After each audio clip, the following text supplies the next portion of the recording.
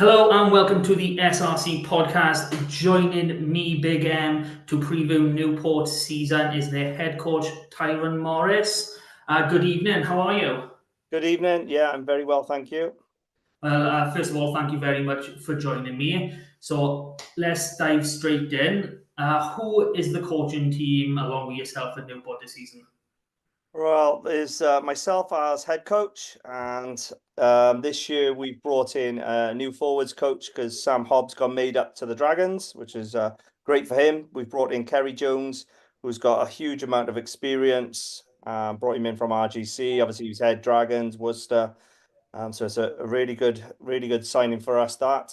And then behind, we had a bit of a move around, shuffle around with Gareth Wyatt came available. He's currently with the Wales 18s age grade, and I know him very well from Pontypridd. So I took the opportunity to bring him in as attack coach, and then we moved James Dixon over to defence coach. So there's been a bit of a shuffle around this year, which has been good for us, been good for me. Keeps us all on our toes. It's a new challenge. Must be handy having someone involved in Wales age grade. A little word in the ear to somebody 17-year-olds. Oh, come to Newport, man. It's good. You like it? No, that don't happen. You know that don't happen. All right, then let's talk about your squad. And obviously, you've done really well last season. So, who are your key players? Who are the ones we should be looking out for? Yeah, I think this probably can't get away from Matt O'Brien at 10. He's the experienced 10, the puppet master, they like to call him. He's been instrumental in pretty much the whole of Newport since I've been there for 8, 9 seasons now. He's one of the best 10s in the Super Cymru League. And it still baffles me how he's not managed to get a regional contract throughout his career, to be honest. But yeah, himself, and you can't look any further than our captain from last year, Ben Roach. He's been a leading example for us. He's great on and off the field. He's really motivated to keep standards really high, which is fantastic for the squad. So, yeah, I'd like to pick probably 5, 6, 7 players. We got strength in depth in our back three. You got Lloyd Lewis, who's lightning, one of the top try scorers last year. So I'm sure he'll be a massive threat again this year. So, a lot has been made of this new Super Rugby Cymru competition that it's going to be about development. So, who are your young players and the academy players you have with the Dragons who are going to be, pushing in their first few seasons as senior pros, semi-pros, I should say? Yeah, not a lot has changed for us really. Ever since myself particularly been in at Newport, we pride ourselves on what we think Newport is that stepping stone for regional rugby. And for the past 6, 7 years, we've had a fantastic relationship with the Dragons, and we've been playing these young boys. This isn't a new thing to us. We're playing them year after year, and we take people like Will Reed, George Young, Shea Hope. Even last season with young Harry Ackerman, Joe Westwood, they're playing 14, 15 games for us. And this season now they've managed to step out of that academy into senior rugby, which is fantastic news for us. They are moving on. But unfortunately, we don't get that experience now. So we got the next batch. So we got young Jordan Morris, the Wales 20s, Lou said, Nick Thomas, Wales 20 second row. And young Ollie Woodman, which is Ryan Woodman's younger brother. Ollie Andrew, and I think that's about it. We got 4, 5. We've been quite lucky the last couple of seasons where we've had 8 or 9. But I think it's shared amongst Pontypool who've come up now, so there's less allocated players for each team really. But yeah, as I said, nothing really changes for us when those players become available. They are carrying knocks at the moment. When they come available, we see it part of our duty really and our responsibilities to give these boys the opportunity to learn. Yeah, and to be fair to Jordan Morris, even though the results at the under-20s Junior World Cup weren't the best, him and Josh Morse, both at Luke said they were two shining lights in that squad, which was great to see for Welsh rugby in general. So we're not too far away from the season kickoff now. So imagine you've been in training for quite a while. So what has training looked like for you? Have you done strength and conditioning blocks? Has it been rugby from the get-go? How have you managed your squad this season? Yeah, it's 12 weeks. We set up a 12-week planner. Obviously, it's gradually built up in regards to the conditioning.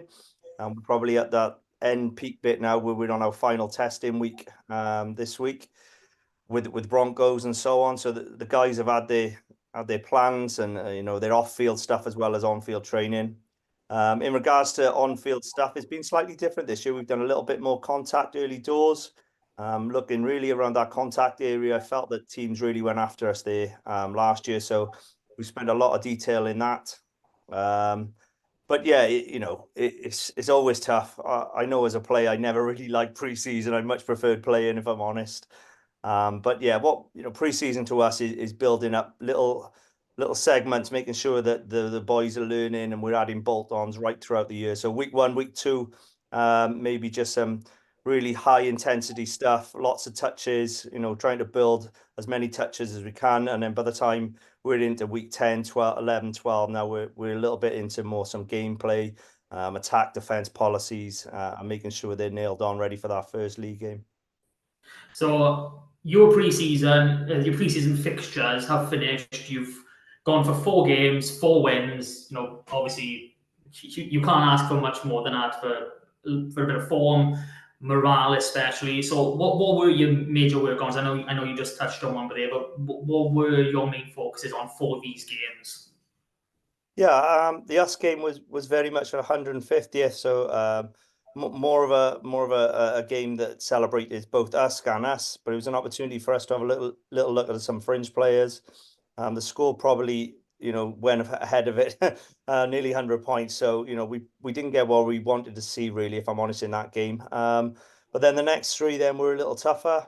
Obviously Brecon had a few boys missing in that, so I was expecting them to be a bit more of a challenge. I think they have 5 or 6 first teamers out. So again, I feel that we may be a little bit undercooked at the moment, if I'm honest, with the level. We've had 3 easy wins or 4 easy wins really. So it's making sure that our mentality is right leading into this game. But yeah, work-ons, it's always something to work on. You feel like you're never going to have 100% complete game, but for us, it's just those little tweaks around our maul drives, and then some of our attacking shapes that Gareth Wyatt has brought in. We're just tweaking that to make sure it's right for the Bridgend game. So if we go on to talk about your style of rugby now, what would you describe Newport's style of rugby as? Yeah, I think it's an attacking mindset. We what we really want to do is make sure that we're delivering a rugby performance that both players want to play in, but also supporters want to watch. But the brand of rugby that we play, it is quite wide and entertaining, and we are attack-minded team. But you don't win leagues just by attack, and I think we've spent a considerable amount of time, particularly when Sam Hobbs come in. Credit to him. Our set piece went from probably mid-table, up to top end of the table with our stats. So yeah, I think we have a complete game now, if I'm honest. And that's developed over the last 3 or 4 games. We're not just an attack-minded team. We're tough to beat. We're hard to break down. Our set piece is quality, and I think what's made the difference the last 2 or 3 games is probably our ability to play both kick in and ball in hand. That's really good to hear for the fans, the casuals as well, that will get to see you on Espedrag, and anyone who just walks down to the stadium on a Saturday. So you've had a few coaching changes. Obviously, a few, I say senior boys, a few the academy boys have moved on now with the Dragons. So what sort of any challenges that you've faced this season that's been quite niggly or just different?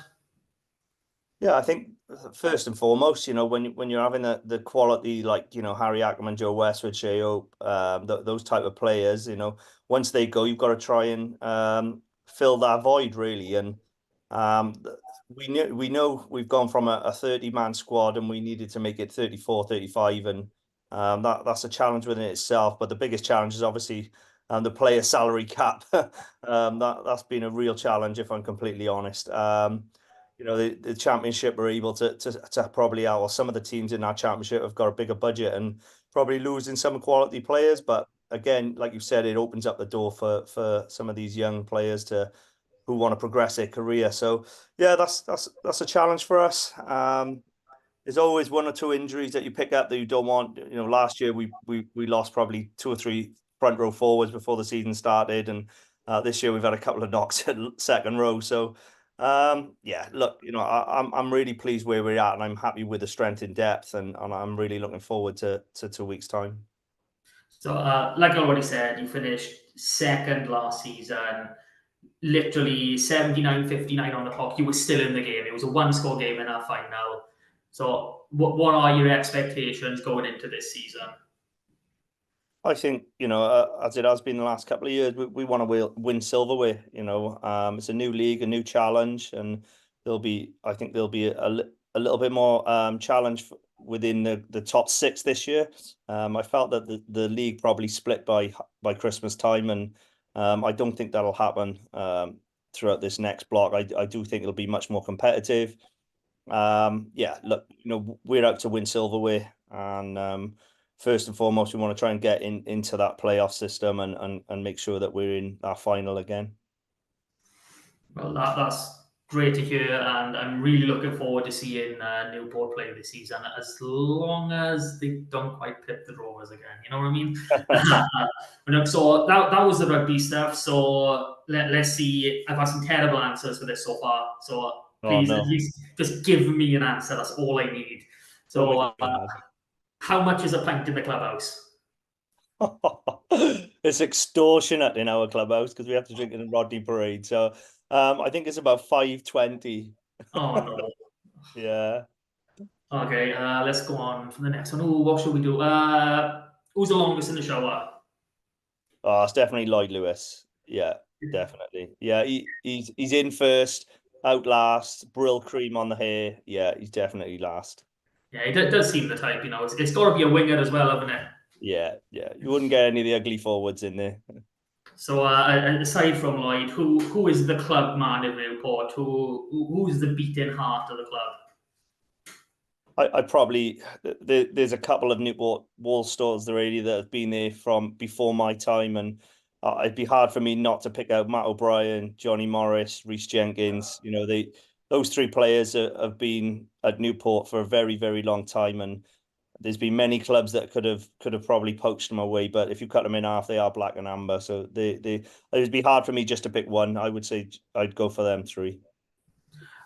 That is everything I've got for you today, Tyron. Thank you very much for joining me, and good luck for the season. Thank you very much. Thanks for your time.